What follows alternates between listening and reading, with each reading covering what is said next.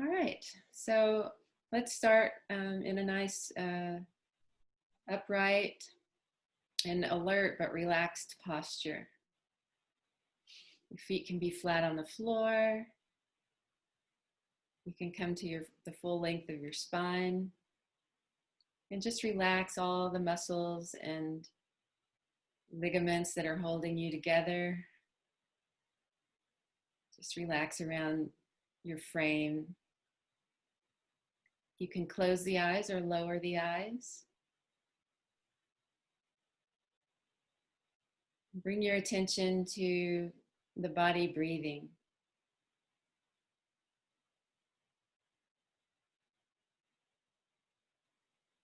Feel the breath and how nurturing each breath is for us.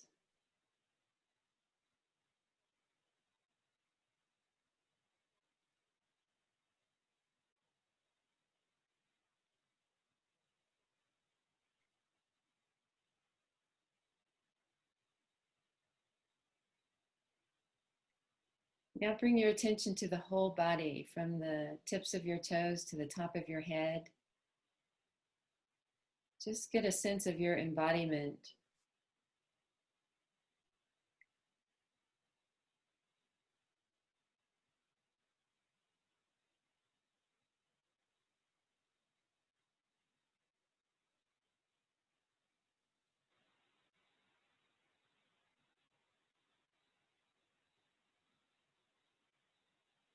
Now let's check in quickly with any feelings or feeling tones or states that might be present now. I find it's helpful sometimes to put my hand over my heart. You can do that if you like.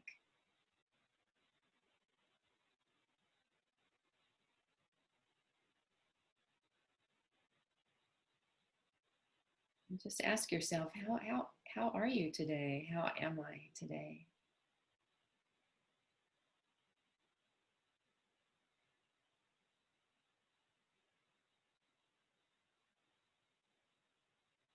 Sometimes we don't know unless we ask.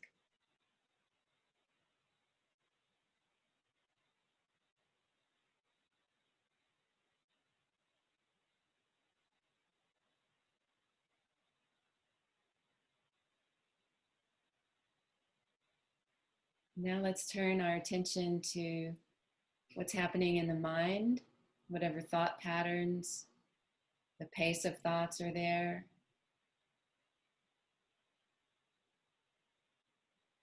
Whether your mind feels dull or agitated or somewhere in between.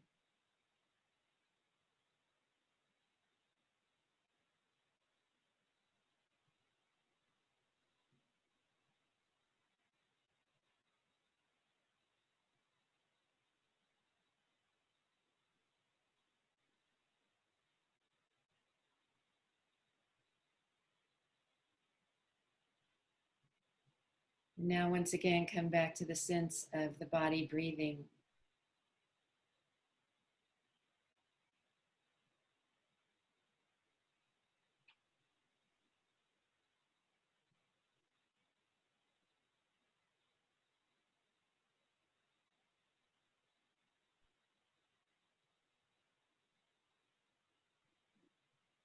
Okay, so let's bring this to a close. You can open your eyes, stretch or move around in whatever way feels right for you.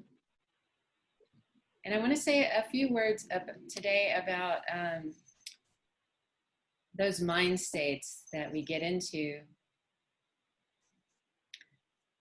We know from neuroscience and just from our living experience that our mind is sometimes biased toward identifying problems and things that are going wrong or may potentially go wrong. It's a survival aspect of the brain, the lower part of the brain. It's always very active, I find, and especially in times of high stress. And I think that this would certainly qualify for that, and for a good reason. You know, we get stressed when there are threats in the environment.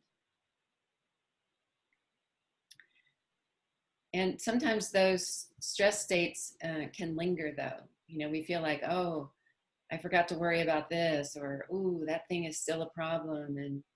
And so we keep coming back to it, and we wind up, the body secretes a lot of the hormone cortisol, which is stressful. It creates some wear and tear on our body. And so sometimes we need to consciously counteract that.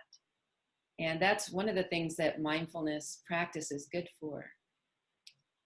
So at the end of the day or of the week, you might actually take a little time just to think about things that were stressful for you, and consciously decide to put them away. To say, okay, I know that these are problem areas or things that need to be addressed. Maybe you write them down, and then you can just let them go. And a good tool for doing that is to focus on gratitude. What is going right in our world? And again, the brain is automatically programmed to be scanning this horizon for things that are going wrong, potential threats that activate our fight or flight response. But it may not always go toward the place of, wow, I'm really appreciating that my computer is working today. Or I feel so fortunate that I just had a really good breakfast. So spend a little time focusing on the things that are working well with gratitude. Some people keep a gratitude journal, or maybe when you were little, your parents had you think of to count your blessings before you go to sleep at night. And it's really a helpful practice, I find, in sort of letting go of the worries. Your mind can't hold both the fight or flight response and gratitude at the same time. So let it focus a little bit on gratitude. Take some time. Let's do that now, just to think about, focus on things that we might be grateful for.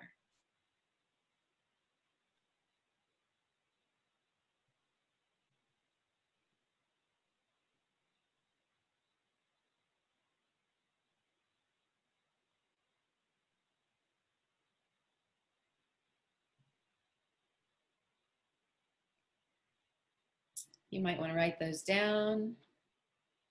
And here's another technique of focusing on the good, is to notice, like, say you have a delicious cup of coffee. And usually those kinds of feelings of appreciation and gratitude are fleeting. They don't last that long. Even our fondest memories, they seem to be gone in a flash.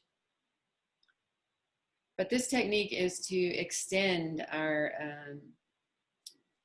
awareness on the positive feelings that we have. So if you really enjoyed your cup of coffee, or you really appreciate that your computer had been freezing, but somehow you worked out the problem and now it's working just fine. So just notice those feelings of contentment or appreciation, and allow them to linger. And your mind may drift away and go off to something else, but you can bring it back to those positive feelings, and just rest in that for a moment. I teach a class at the Shambhala Center on contentment in everyday life, and that's one of the techniques that we use, is a contemplation on contentment. So it may not be, that you're wildly happy about something, but in general, we have a lot of moments of contentment in our lives, but we don't usually linger on them or focus on them as much as we do the problem areas. So this can be a habit or a practice to develop. So let's give that a shot right now. Think of something that really went well for you today, or maybe it was yesterday. Think of something that was very pleasant. Maybe some time you had with one of your children, or maybe it was a wonderful meal or just a nice walk.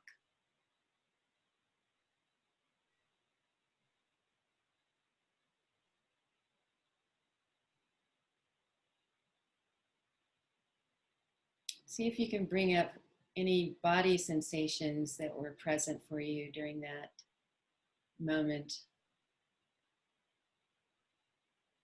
of feeling good, of feeling content.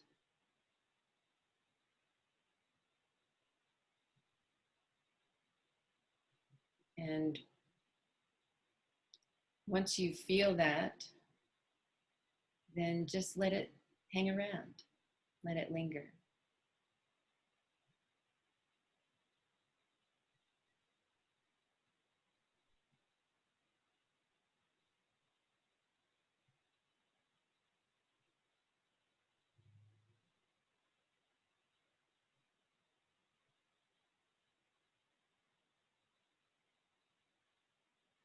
Okay, so you may be inspired to write something down about that, um, or even just jot down a word or two that reminds you of that experience. And then that can be a touch point for you to come back to if you find yourself um, repeatedly going back to worry points in your day or stress points in your day. Then now you have a new alternative. You can go back to, appreciation of your morning coffee, for example.